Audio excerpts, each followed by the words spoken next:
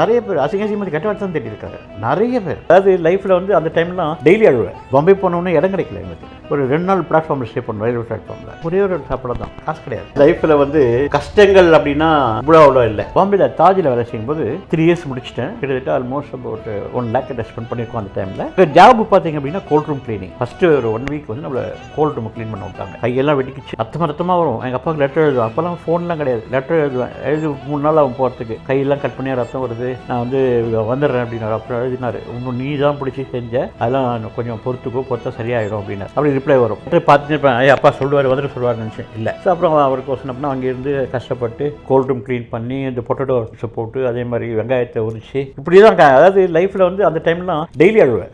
இந்த மாதிரி ஜாப் நான் எதிர்பார்க்கல. அதுக்கப்புறம் தான் ஒரு ஸ்டேஜில் இதெல்லாம் நமக்கு கற்றுக்கல அப்படின்னா பின்னாடி ஆக முடியாதுன்னு நினச்சேன். அதாவது ஒரு மாதம் பொறுத்து வெங்காயம் உரிக்கிறது, உருளைக்கிழங்கு உரிக்கிறது, சிப்ஸ் போடுறது, கோல்ட் ரூம் க்ளீன் பண்ணுறது ரேஞ்சில் விடவே இல்லை. ரேஞ்சில் நல்லா தெரியும் எனக்கு, ஆனால் விடவே இல்லை. ஏன்னா அவங்க என்ன நினைக்கிறாங்கன்னா ட்ரெயினிங் எப்படி ரேஞ்சில் விடுறது அப்படின்னு நினைக்கிறாங்க. ஏன்னா கஸ்டமர் சாப்பாடு கொடுக்குறது நல்லதாக கொடுக்கணும் இல்லையா, அதனால அந்த மாதிரி நினைக்கிறாங்க. அப்புறம் செஃப் ரிக்வஸ்ட் பண்ணி ஒரு ரேஞ்சுக்கு கேட்டேன், ஒரே நாள் கொடுங்க, நீங்கள் சாப்பிட்டு பாருங்க, பிடிச்சிருந்தா கெஸ்ட்டு கொடுக்கலாம் அப்படின்னு ரேஞ்சு கொடுத்தாங்க. இதெல்லாம் பெஸ்ட். பார்த்தீங்கன்னா பாம்பே போனோன்னே இடம் கிடைக்கல எங்களுக்கு. ஒரு 2 நாள் பிளாட்ஃபார்மில் ஸ்டே பண்ணோம், ரயில்வே பிளாட்ஃபார்மில் தங்கிட்டு அதுக்கப்புறம் வந்து ஹோட்டலுக்கு போவோம். அதுக்கப்புறம் பேயிங் கெஸ்ட், கவர்மெண்ட் ஃபேமிலியில் பேயிங் கெஸ்ட்டாக இருந்தோம். அப்படியே வந்து அந்த அட்மாஸ்பியர் பிடிக்கல. அதுக்கப்புறமா என்ன பண்ணோம், நாங்கள் பங்கரில், ஹோட்டலில் பங்கரில் தான் ஒரே ஒரு சாப்பாடு தான், காசு கிடையாது. ஸ்டைஃபன் பார்த்தீங்கன்னா எங்களுக்கு 100 ரூபா கூட கொடுக்கல.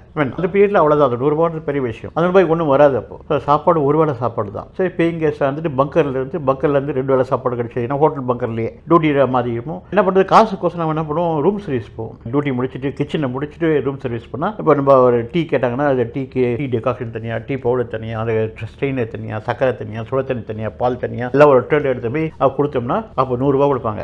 பெரிய விஷயம். நாங்கள் ஒரு 10 பேர் போடுவோம், அதை ஷேர் பண்ணிப்போம். ஸோ ரூம் சர்வீஸில் வரும்போது ஒரு நாளைக்கு அப்படி 100 ரூபாய் 200 ரூபான்னு வரும். அதை வந்து எல்லாம் ஷேர் பண்ணிப்போம். அதில் தான் வந்து வீட்டுக்கு ஏதாவது அம்மாக்கெல்லாம் வந்து புடவை வாங்கிடுறது, அதெல்லாம் வந்து அதை வாங்கி அதில் வச்சுருது, அந்த மாதிரி வந்துடும். அந்த அளவுக்கு வந்து லைஃப்பில் கஷ்டப்பட்டோம். ஈஸியாக வரவே இல்லை. அப்போ கூட நான் நினச்சேன், இந்த இவ்வளோ தூரம் கஷ்டப்பட்டு நம்ம வேலை செய்யணுமா. அப்போ தான் நினச்சேன், நம்ம எய்ம் அந்த கோல் வந்து ஒரு ஷெஃபாக வருது, பரவாயில்ல கஷ்டப்படலாம் அப்படின்னு கஷ்டப்பட்டு எதை சொன்ன பிளாட்ஃபார்மில் இருந்து, அதே மாதிரி நம்ம பங்கரில் இருந்து, பேயிங் கெஸ்ட்டாக இருந்து, கடைசியில் மெட்ராஸ் ராஜுக்கு வந்து ட்ரான்ஸ்ஃபர் ஆகிருந்தோம். இந்த மூமெண்ட்லாம் பண்ணும்போது ஒரு ஸ்டேஜில் இல்லைடா இது என்ன சரியாக வரலையோ, வேறு எதாவது போயிடலாமா, வேறு லைனில் நம்ம தப்பாக தான் சூஸ் பண்ணிட்டோமோ அப்படின்னு தோணுச்சு. மெட்ராஸ் ராஜ் வந்த பிறகு ப்ரிப்பேரிங் அந்த ரேஞ்ச். அப்போது கொஞ்சம், ஏன்னா எனக்கு சமைக்க ரொம்ப பிடிக்கும். சமைக்க விடாமல் அந்த ஆனியன் கட்டிங், உருளைக்கிழங்கு கட்டிங்னா கஷ்டமாக இருந்துச்சு. சமைக்க பிடிக்கும். ஐ வாஸ் வெரி ஹாப்பி. அதுக்கப்புறம் பெங்களூரில் வந்து சவுத் இந்தியன் கிச்சன் எனக்கு பிடிச்ச கிச்சனே கொடுத்தாங்க. அதனால வெரி வெரி ஹாப்பி அப்படி. பட் இருந்தாலும் வந்து அப்போல்லாம் பார்த்தீங்கன்னா ஸ்டைஃபண்ட் பண கஷ்டம் நிறைய இருந்துச்சு. பட் அப்படியே வந்துட்டோம், அந்த ஜேர்னி அப்படியே கடந்து வந்துட்டோம், ஷெஃப் ஆனோம். அதாவது நான் சப்போஸ் டு பி டாக்டர், அதுக்கு தான் படிச்சதை,